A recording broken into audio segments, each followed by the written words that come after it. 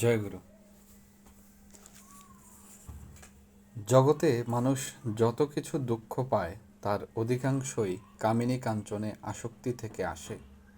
ও দুটো থেকে যত দূরে সরে থাকা যায় ততই মঙ্গল।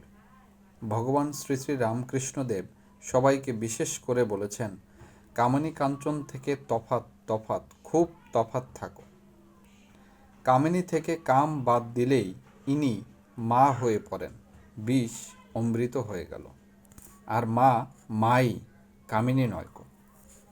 মার শ্বাসে ঘি দিয়ে ভাবলেই সর্বনাশ, সাবধান, মাকে মাগী ভেবে মরো না। প্রত্যেক মাই জগৎজননী, প্রত্যেক মেয়েই নিজের মায়ের বিভিন্ন রূপ এমনতর ভাবতে হয়। মাতৃভাব হৃদয়ে প্রতিষ্ঠিত না হলে স্ত্রীলোককে ছুতে নেই, যত দূরে থাকা যায় ততই ভালো। এমনকি মুখ দর্শন না করা আরও ভালো। আমার কাম ক্রোধাদি গেল না বলে চিৎকার পারলে কখনোই তারা যায় না।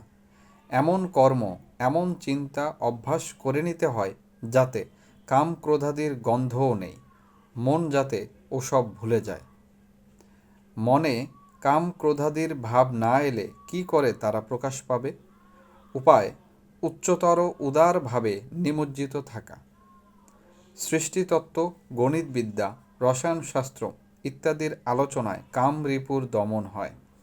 কামিনী কাঞ্চন সম্বন্ধীয় যে কোনো রকম আলোচনাই ওতে আসক্তি এনে দিতে পারে। ওসব আলোচনা থেকে যত দূরে থাকা যায় ততই ভালো। জয় গুরু।